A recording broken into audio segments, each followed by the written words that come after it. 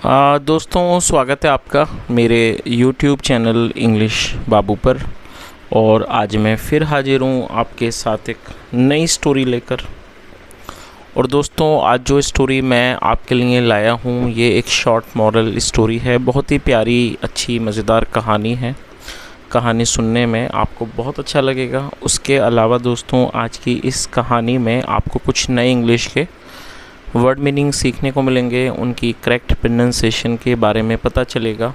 और हमेशा की तरह जो इसका ग्रामर का पार्ट है उसे बिल्कुल डिटेल में कवर करेंगे, तो एक एक स्ट्रक्चर को आप बड़ी आसानी से सीख पाएंगे।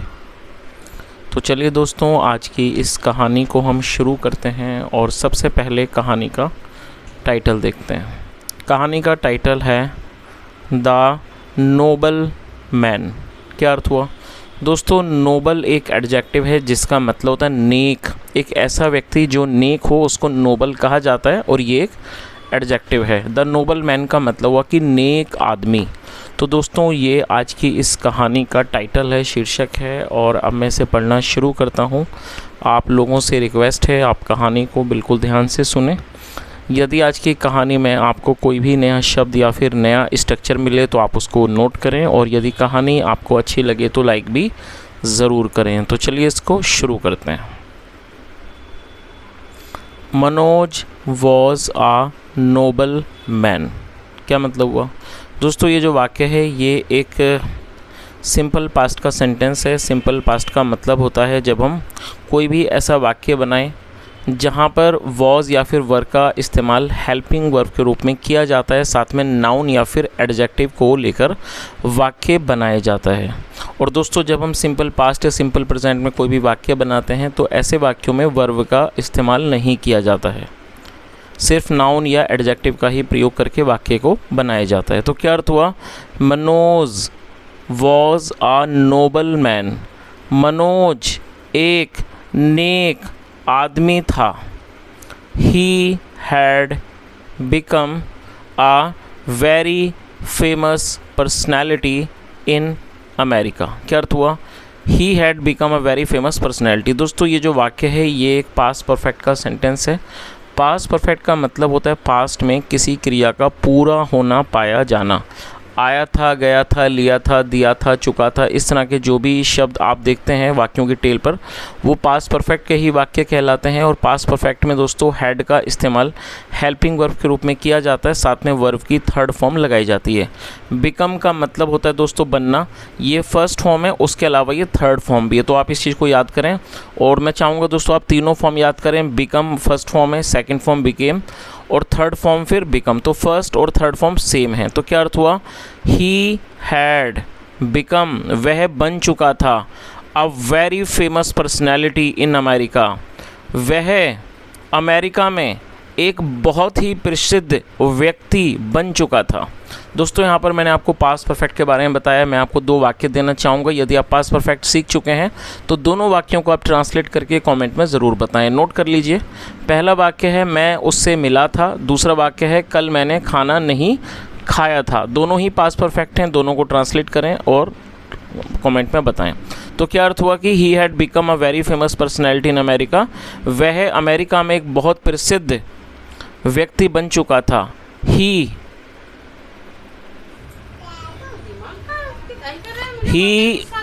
Once visited India for some important work. दोस्तों, ये जो वाक्य है ये एक पास्ट इंडेफिनिट का अफर्मेटिव वाक्य है। और जब हम पास्ट इंडेफिनिट में कोई भी अफर्मेटिव का वाक्य बनाते हैं तो वहाँ वर्ब की सेकंड फॉर्म का यूज़ किया जाता है। विजिट का मतलब होता है किसी जगह का दौरा करना, सेकंड फॉर्म है visited. He once visited India for some important work. एक बार उसने किसी ज़रूरी काम के लिए भारत का दौरा किया। After completing his work he went to his native place. क्या मतलब हुआ? After completing his work. दोस्तों, इस चीज़ को आप नोट करें। आफ्टर, बिफोर या विदाउट के बाद हमेशा ही वर्ब की आईएनजी फॉर्म का यूज़ किया जाता है। कंप्लीट का मतलब होता है पूरा करना, और ये आईएनजी फॉर्म है। आफ्टर कंप्लीटिंग हिज वर्क का मतलब हुआ कि अपने काम को पूरा करने के बाद ही वेंट वह गया टू हिज नेटिव प्लेस। और दोस्तों ये पास्ट इंडेफिनिट का ही अफर्मेटिव वाक्य है जहाँ पे सेकंड फॉर्म लगाई जाती है। गो मतलब जाना और सेकंड फॉर्म वेंट। और दोस्तों नेटिव प्लेस का मतलब होता है जहाँ का व्यक्ति रहने वाला हो या ऐसा स्थान जहाँ पर उस व्यक्ति का जन्म हुआ हो, जन्म स्थान, तो उसे नेटिव प्लेस कहा जाता है। तो इस लाइन का क्या अर्थ हुआ कि आफ्टर कंप्लीटिंग हिज वर्क, अपना काम पूरा करने के बाद, he went to his native place, वह अपने जन्म स्थान पर गया।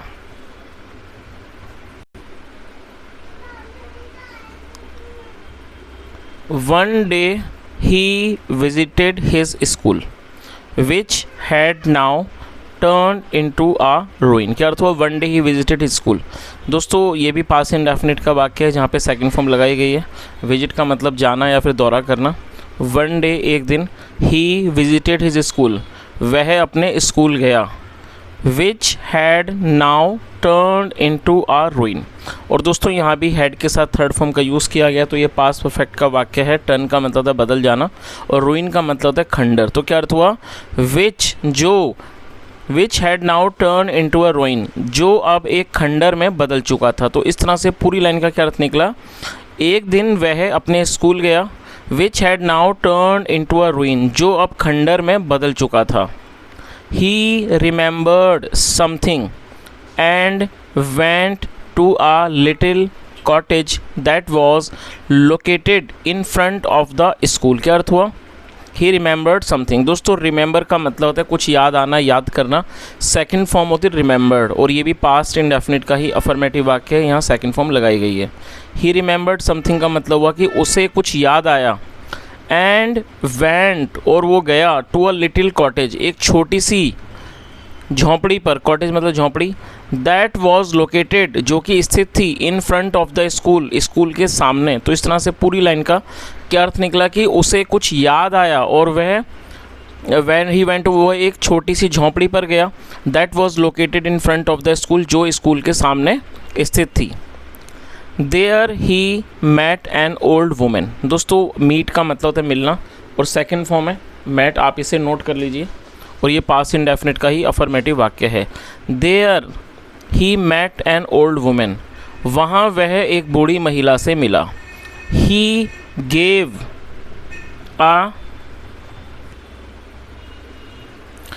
Gave handsome amount of money to the old women. दोस्तों ये भी पास्ट इंडेफिनिट का ही अफर्मेटिव वाक्य है जहाँ पे सेकंड फॉर्म लगाते हैं। गिव मतलब होता है देना और सेकंड फॉर्म है gave.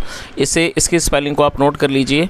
He gave a handsome amount of money. दोस्तों हैंडसम अमाउंट का मतलब होता है एक अच्छी खासी रकम।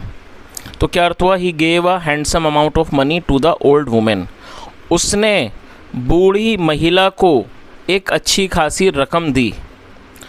When the woman asked Manoj about it, he said, "Mother, you don't remember me." क्या अर्थ हुआ? when the woman asked Manoj। दोस्तों ask मतलब होता है पूछना और ये सेकंड फॉर्म है और ये पास्ट इंडेफिनिट का ही अफर्मेटिव वाक्य है। when the woman asked Manoj about it का मतलब हुआ कि जब महिला ने मनोज से इस बारे में पूछा, he said उसने कहा, मदर माँ, you don't remember me. You don't remember me का मतलब कि आपको मैं याद नहीं हूँ। You used to sell fruits in front of this school.